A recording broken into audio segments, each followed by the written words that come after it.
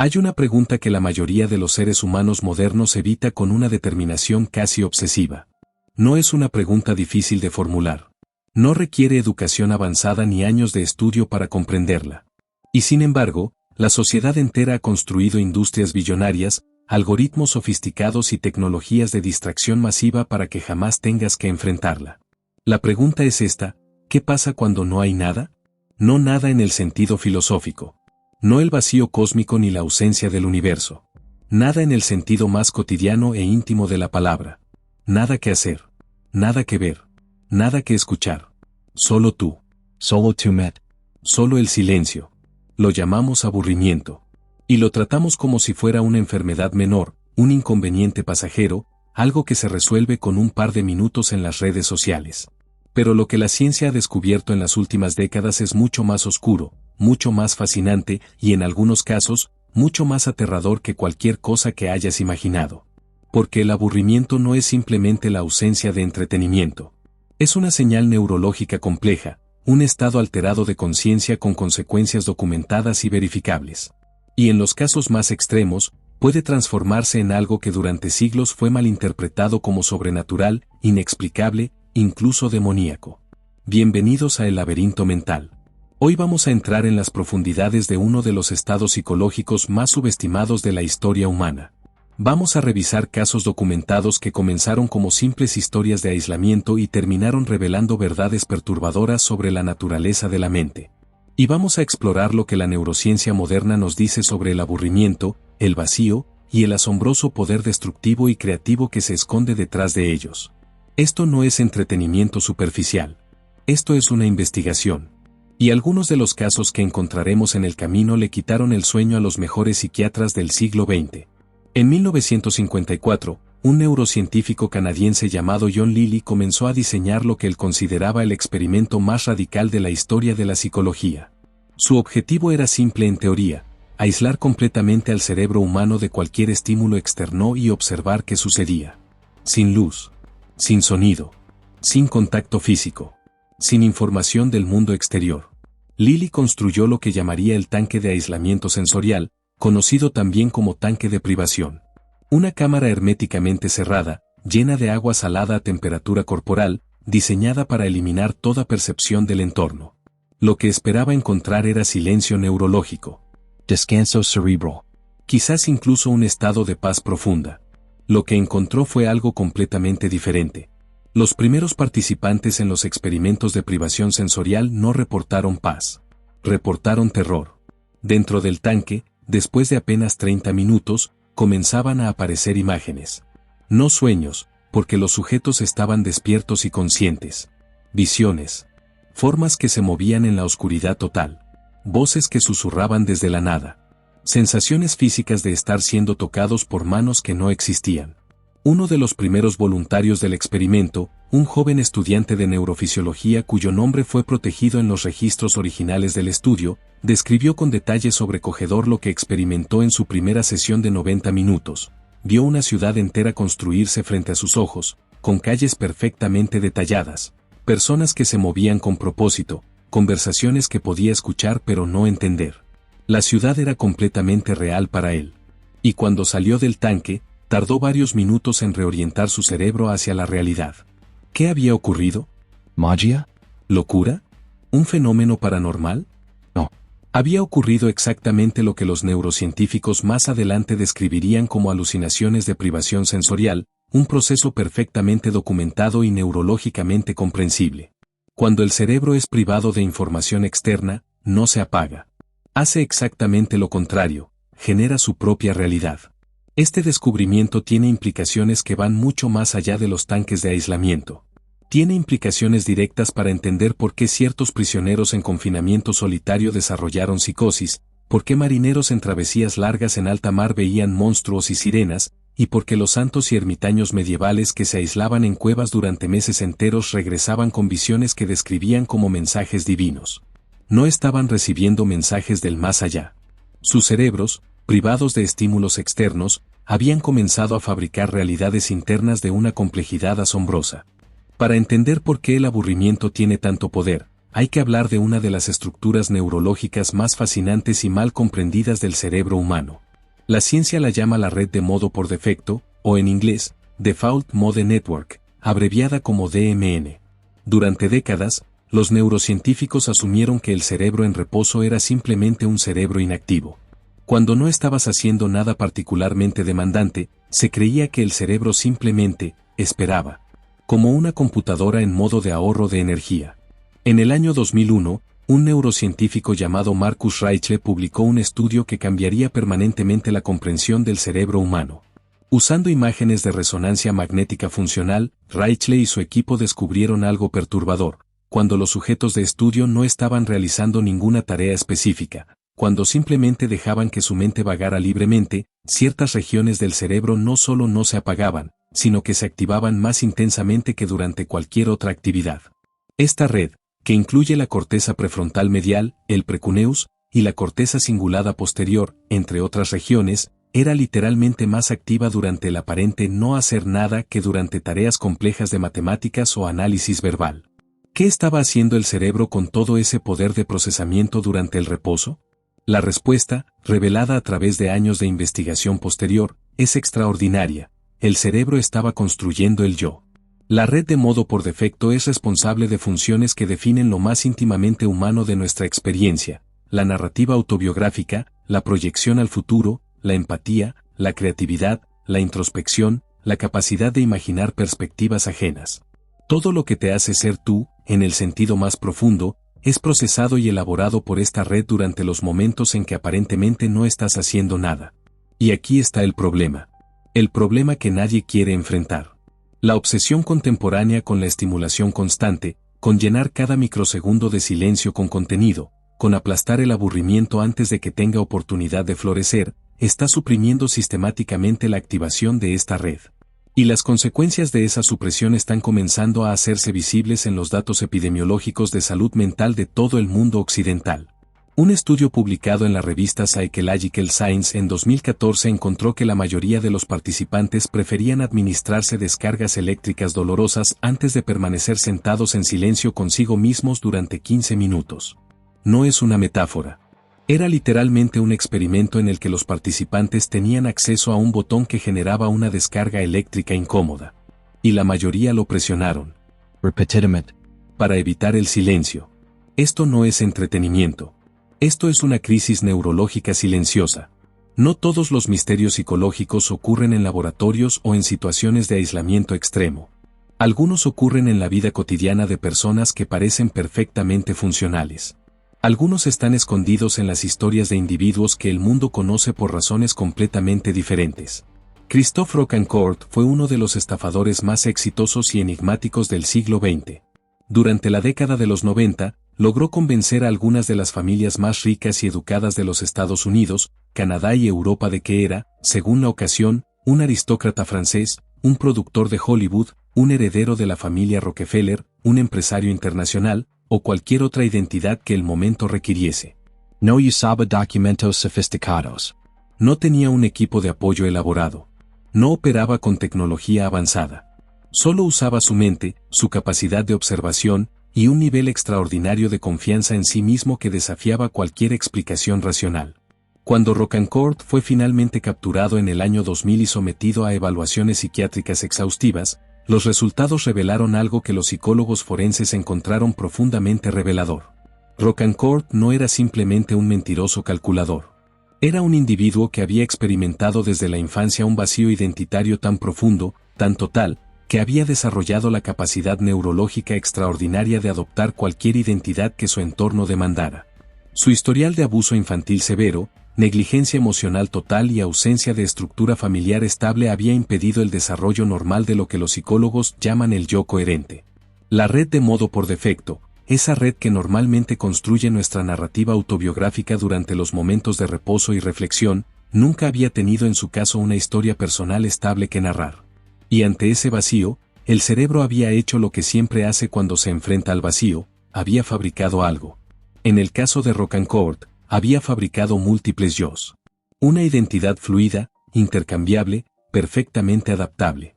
Lo que para cualquier evaluador casual parecía psicopatía calculada era en realidad la manifestación de un vacío interior tan antiguo y tan profundo que el propio Rocancourt, Según sus palabras durante las entrevistas posteriores, no sabía quién era cuando estaba solo. El aburrimiento que Rocancourt nunca se permitió experimentar, el silencio con uno mismo que nunca cultivó, había dejado un espacio en blanco donde debería haber habido un ser humano. La historia de la privación sensorial no comienza en los laboratorios del siglo XX. Comienza en las mazmorras medievales, en las cuevas de los ermitaños, en las celdas de los monasterios donde los monjes practicaban lo que llamaban recogimiento espiritual. Cuando revisamos los archivos históricos con ojos modernos, equipados con los conocimientos de la neurociencia contemporánea, encontramos patrones perturbadoramente consistentes. Los mismos patrones que describían los participantes en los experimentos de Lilly en los tanques de aislamiento. Los mismos patrones que documentaron los psiquiatras al estudiar los efectos del confinamiento solitario en las prisiones del siglo XIX. Los mismos patrones que describían los navegantes que pasaban meses en alta mar sin más compañía que el océano y el cielo. En 1838, un médico francés llamado Jean-Étienne Dominique Esquirol documentó sistemáticamente los estados mentales de prisioneros que habían permanecido en confinamiento solitario durante periodos prolongados. Sus observaciones, publicadas bajo el título Desmaladies mentales, son inquietantes en su precisión. Los prisioneros, independientemente de su historia previa, de su nivel educativo, de su estado de salud mental al momento de ingresar al confinamiento, desarrollaban invariablemente los mismos síntomas después de periodos variables de aislamiento. Primero venía la hiperactividad cognitiva, un estado de alerta mental extrema en el que cualquier estímulo menor era procesado con intensidad desproporcionada. Luego venían las alteraciones perceptuales, donde las texturas de las paredes comenzaban a parecer figuras, donde el ruido del viento comenzaba a sonar como voces. Finalmente, en los casos más prolongados, venía la disociación completa, donde el prisionero perdía la capacidad de distinguir entre sus propias memorias y experiencias externas reales. Esquirol no tenía el vocabulario de la neurociencia para describir lo que estaba documentando. No sabía nada de la red de modo por defecto ni de las alucinaciones de privación sensorial. Pero describía con exactitud clínica lo que posteriormente la ciencia confirmaría: el cerebro humano, privado de input externo sostenido, comienza a devorarse a sí mismo. Y ahora piensa en los ermitaños. En los santos del desierto. En San Simón Estilita, que pasó 37 años viviendo encima de una columna, aislado del mundo. En los monjes cartujos, que incluso hoy en día viven en silencio casi total, con interacción social mínima, durante décadas. Las visiones que describían, las revelaciones que experimentaban, los estados de éxtasis que documentaban con fervor religioso, pueden ser leídas hoy, desde una perspectiva estrictamente científica, como los mismos fenómenos de privación sensorial que Lilly documentaría 6 siglos después en sus tanques. Esto no invalida su experiencia subjetiva. No convierte en mentira sus testimonios. Pero sí nos dice algo profundo sobre el cerebro humano. Cuando se queda sin el mundo exterior, crea mundos interiores de una riqueza y complejidad que desafían cualquier definición ordinaria de realidad. En 1971, el psicólogo Philippe Zimbardo diseñó uno de los experimentos psicológicos más famosos, más controvertidos y más perturbadores de la historia. Lo llamó el experimento de la prisión de Stanford. Su diseño era aparentemente simple: dividir a un grupo de estudiantes universitarios sanos, psicológicamente estables y sin antecedentes de comportamiento violento en 2 grupos, guardias y prisioneros, y observar cómo se desarrollaban sus roles en un ambiente carcelario simulado. Lo que ocurrió en los 6 días que duró el experimento antes de ser cancelado de emergencia ha sido analizado, debatido y estudiado durante más de 5 décadas. Pero hay un aspecto del experimento que raramente recibe la atención que merece: el papel del aburrimiento. Los guardias, asignados a turnos de 8 horas, pasaban la mayoría de su tiempo sin nada particularmente significativo que hacer. Supervisionaban. Vigilaban. Esperaban. En términos neurocientíficos, sus cerebros estaban operando en un estado de subóptimo crónico, ese estado en el que las demandas cognitivas del ambiente están muy por debajo de las capacidades del individuo, ese estado que el cerebro registra precisamente como aburrimiento. Y lo que hicieron sus cerebros ante ese aburrimiento es lo que resulta perturbador y revelador al mismo tiempo. Comenzaron a crear estímulos propios. Los guardias, que en circunstancias normales eran estudiantes de psicología perfectamente ordinarios, comenzaron a diseñar castigos cada vez más elaborados y creativos para los prisioneros. No porque fueran sádicos por naturaleza, al menos no según los perfiles psicológicos previos al experimento, sino porque sus cerebros, hambrientos de estimulación, encontraron en el ejercicio de la crueldad una fuente de complejidad y engagement cognitivo que el simple acto de supervisar no podía proveer. El aburrimiento no solo empuja hacia la creatividad y la introspección, empuja hacia cualquier fuente de estimulación disponible. Y cuando las fuentes constructivas no están disponibles o no han sido cultivadas, el cerebro puede encontrar estimulación en lugares mucho más oscuros. Este patrón, el aburrimiento como catalizador de comportamientos que el individuo nunca habría considerado en condiciones de estimulación adecuada, ha sido documentado repetidamente en contextos tan diversos como la violencia en instituciones penales, el bullying escolar, la radicalización ideológica, y los estados depresivos crónicos donde el individuo comienza a buscar drama, conflicto o autodestrucción simplemente para sentir algo. El aburrimiento, en su forma no gestionada, no es inocente. No es solo una sensación de fastidio ligero. Es una presión cognitiva que busca salida. Y la naturaleza de esa salida depende, en gran medida, de qué herramientas internas ha cultivado el individuo para gestionarla. En 1880, en Viena, una joven de 21 años cuyo nombre real era Berta Pappenheim comenzó a desarrollar síntomas que sus médicos fueron incapaces de explicar mediante ningún diagnóstico físico conocido. Sufrió parálisis en los brazos y las piernas. Perdió la capacidad de hablar en su lengua nativa. Desarrolló alucinaciones vívidas de serpientes negras. Experimentó estados de doble conciencia en los que alternaba entre dos personalidades completamente distintas.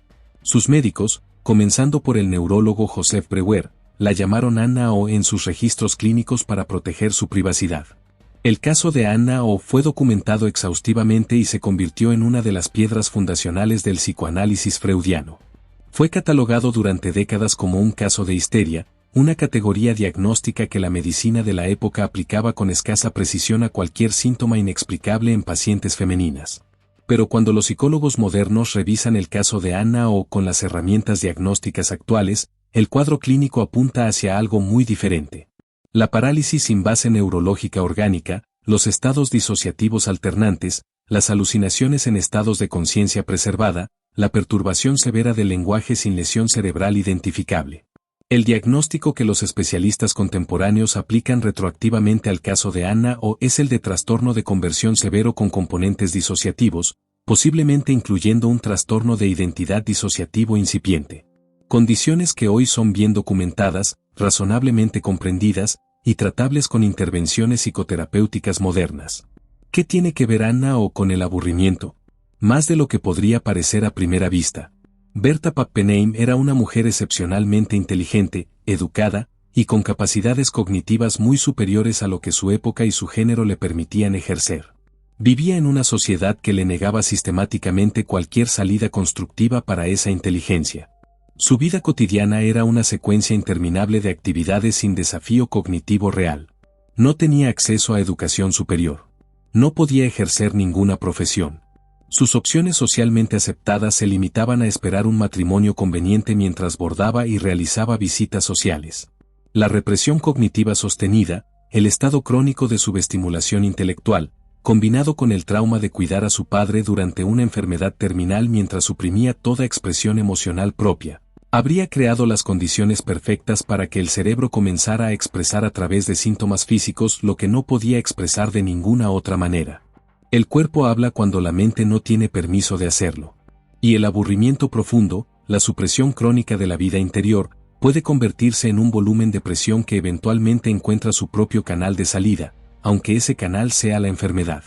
Hasta el año 2012 aproximadamente, la mayoría de los neurocientíficos trataban el aburrimiento como un fenómeno demasiado vago e impreciso para ser estudiado con el rigor metodológico que requería la neuroimagen moderna. Era difícil inducirlo de manera controlada en un laboratorio. Era aún más difícil distinguirlo de estados afines como la apatía, la fatiga cognitiva o la simple falta de motivación. Pero un equipo de investigadores de la Universidad de York, liderado por la psicóloga Sandy Mann, decidió atacar el problema desde un ángulo diferente. En lugar de intentar escanear el cerebro de personas aburridas, comenzaron por mapear sistemáticamente qué era lo que las personas hacían después de experimentar aburrimiento intenso. Lo que encontraron fue contraintuitivo y fascinante. Las personas que habían sido expuestas deliberadamente a una tarea profundamente aburrida, leer en voz alta una guía telefónica durante 20 minutos, Mostraban posteriormente un aumento estadísticamente significativo en las puntuaciones de pruebas de pensamiento creativo y generación de ideas originales comparadas con grupos de control que no habían experimentado el aburrimiento previo. El aburrimiento no estaba bloqueando la creatividad. Estaba cargando la batería creativa. Estudios posteriores usando resonancia magnética funcional confirmaron lo que Mann había sugerido conductualmente. Durante y después de episodios de aburrimiento, la red de modo por defecto mostraba patrones de activación asociados con la generación de ideas novedosas, la integración de información previamente no relacionada, y lo que los neurocientíficos llaman pensamiento divergente, la capacidad de generar múltiples soluciones posibles a un problema en lugar de seguir el camino único y predecible del pensamiento convergente. Albert Einstein vagaba por los pasillos de la oficina de patentes de Berna durante horas antes de tener sus intuiciones más revolucionarias. Isaac Newton estaba sentado debajo de un árbol sin hacer absolutamente nada cuando cayó la manzana que, según la leyenda popular, lo llevó a formular la ley de la gravedad. Charles Darwin tenía un camino que llamaba el Sendero del Pensamiento donde paseaba durante horas en silencio total mientras desarrollaba sus teorías. No es coincidencia. Era neurociencia. En marzo de 2020, el mundo entró en el experimento de privación sensorial más masivo de la historia moderna. Confinados en sus hogares por la pandemia de COVID-19, miles de millones de personas se enfrentaron de repente a algo que no habían experimentado en décadas: tiempo. Tiempo sin estructura. Tiempo sin obligaciones externas. Tiempo sin el río constante de estímulos que el mundo moderno había normalizado. Y el mundo entró en pánico. No en el sentido estrictamente epidemiológico, aunque ese pánico también existió. Entró en pánico en el sentido neurológico. Las plataformas de streaming reportaron aumentos de consumo de hasta el 400%. El consumo de redes sociales se disparó a niveles sin precedentes históricos. Las aplicaciones de videojuegos registraron números de descargas que no se repetirían en condiciones normales. Los servicios de entrega de comida rápida colapsaron de demanda. Todo el mundo buscaba desesperadamente hacer exactamente lo mismo, evitar estar consigo mismo. Los psicólogos documentaron extensamente lo que llamaron el síndrome de la cabaña, una respuesta de ansiedad, irritabilidad, dificultad de concentración y distorsión temporal que experimentaron millones de personas que habían pasado demasiado tiempo en el mismo espacio sin suficiente variedad de estímulos externos. Los síntomas eran, en escala reducida y en contexto completamente diferente, análogos a lo que Esquirol había documentado en sus prisioneros del siglo XIX. Pero dentro de ese mismo experimento masivo, algo inesperado ocurrió también. Un porcentaje de personas, aquellas que por diversas razones eligieron no llenar el silencio con consumo compulsivo de contenido, que se permitieron experimentar el aburrimiento y transitarlo en lugar de huir de él, reportaron descubrimientos inesperados. Tomaron instrumentos musicales que llevaban años abandonados en armarios. Comenzaron a escribir. Cultivaron jardines. Aprendieron idiomas. Completaron proyectos creativos que habían estado postergando durante años, décadas en algunos casos. Retomaron conversaciones con sí mismos que habían estado evitando conscientemente. El mismo periodo de tiempo producía, en personas diferentes, resultados neurológicos y psicológicos radicalmente opuestos. Y la diferencia no era la cantidad de tiempo disponible ni las condiciones materiales del confinamiento. La diferencia era la disposición o la incapacidad de cada persona para sentarse con el silencio. Hay un psicólogo que ha dedicado gran parte de su carrera académica a estudiar lo que él llama la fobia de la interioridad. Su nombre es Arie Kruglansky, y su teoría de la motivación epistémica ha generado décadas de investigación sobre por qué ciertas personas necesitan desesperadamente certeza externa y por qué la incapacidad de tolerar la incertidumbre, incluyendo la incertidumbre sobre uno mismo, puede convertirse en un motor poderoso de comportamientos autodestructivos. Pero antes de la teoría académica, hay casos clínicos. Y hay uno que resulta particularmente ilustrativo. En los años 90, un hombre a quien los registros académicos identifican simplemente como el paciente Henry fue referido a un equipo de psicología clínica en el Reino Unido después de haber protagonizado en el transcurso de 5 años 6 cambios radicales de identidad. No en el sentido del trastorno disociativo de identidad, sino en el sentido biográfico completo. En 5 años, Henry había cambiado de nombre legalmente en 3 ocasiones. Había adoptado y abandonado 5 ocupaciones completamente distintas. Se había convertido y reconvertido a 4 sistemas de creencias diferentes. Había construido y destruido 3 familias. Cuando los terapeutas finalmente llegaron a las capas más profundas de su historia, encontraron algo desolador en su simplicidad. Henry tenía un miedo visceral, físico, casi fóbico a la quietud. No podía permanecer solo consigo mismo sin actividad durante más de unos pocos minutos sin experimentar lo que describía como una sensación de derrumbe interno. Como si algo que normalmente permanecía oculto amenazara con hacerse visible si el ruido externo cesaba.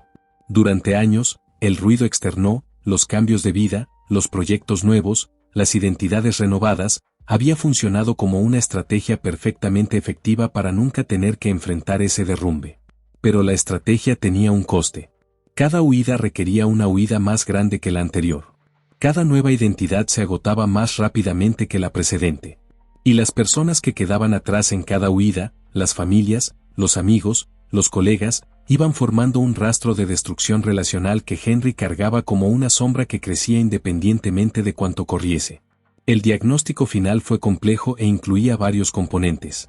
Pero en el núcleo de todo estaba algo que los terapeutas describieron en sus notas como una incapacidad de habitar el propio interior. Un interior que nunca había sido explorado, nunca había sido conocido, nunca había sido habitado, y que por esa razón se había convertido en el territorio más aterrador del mundo de Henry. La persona de la que Henry huía con más determinación era la única de la que no podía escapar, él mismo. Existe una condición clínica que muchos psicólogos han comenzado a estudiar con renovado interés en los últimos años, una condición que los manuales diagnósticos clásicos no capturaban adecuadamente pero que aparece con frecuencia creciente en la literatura clínica contemporánea, el trauma del vacío.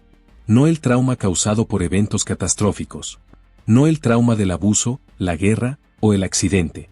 Sino el trauma causado por la ausencia sostenida de significado, de conexión, de estimulación adecuada durante periodos formativos del desarrollo. La doctora Judith Herman, autora del libro Trauma y Recuperación, uno de los textos de referencia más importantes de la psicología clínica moderna, describió en trabajos posteriores a esa publicación fundacional cómo ciertos pacientes presentaban cuadros que recordaban superficialmente al trastorno de estrés postraumático pero que no podían ser rastreados hasta ningún evento traumático específico. En cambio, la historia de estos pacientes estaba marcada por largas temporadas de negligencia emocional profunda, de invisibilidad relacional, de existencia sin eco. Nadie les había hecho daño activamente. Solo nadie les había visto.